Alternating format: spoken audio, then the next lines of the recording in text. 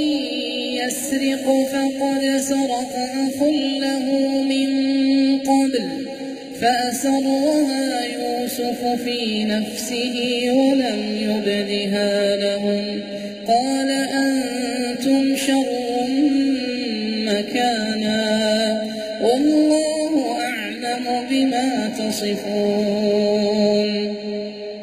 قالوا يا أيها العزيز إن له أبا شيخا كبيرا فخذ أحدنا مكانه إنا نراك من المحسنين.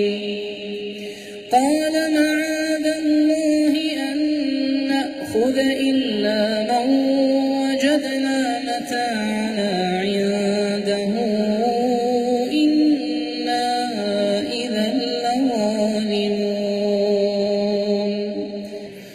فلما استيئسوا منه خلصوا نجيا قال كبيرهم ألم تعلموا أن أباكم قد أخذ عليكم موثقا من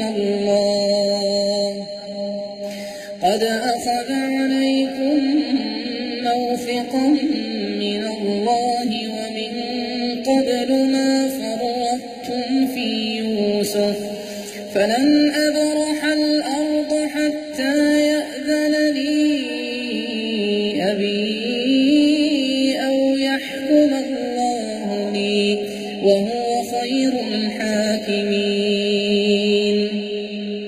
ارجعوا إلى أبيكم فقولوا يا أبانا إن ابنك سرق وما شهدنا إلا بما علمنا وما كنا للغيب حافظين. واسأل القرية التي كنا فيها والعير التي أقبلنا فيها وإنا لصادقون.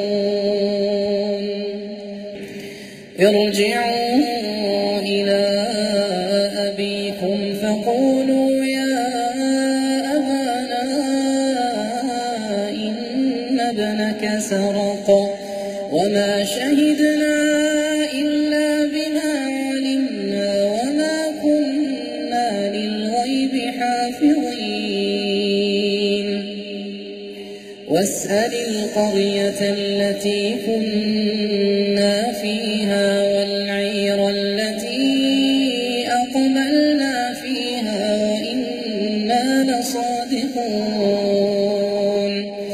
قال بل سولت لكم أنفسكم أمرا فصبر جميل عسى الله أن يأتيني بهم جميعا إنه هو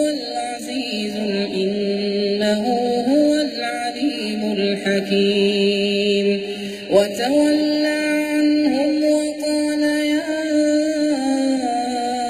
أسفا على يوسف وابيضت عيناه من الحزن فهو كظيم.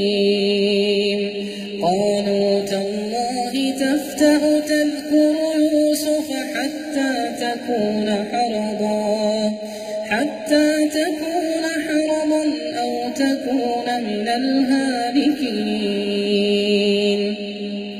قال إنما أشكو بثي وحزني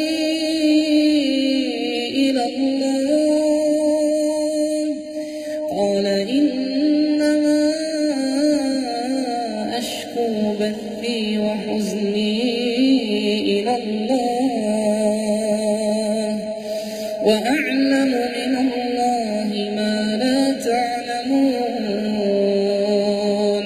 يا بني اذهبوا فتحسسوا من يوسف وأخيه ولا تيأسوا من روح الله إنه لا ييأس من روح الله إلا القوم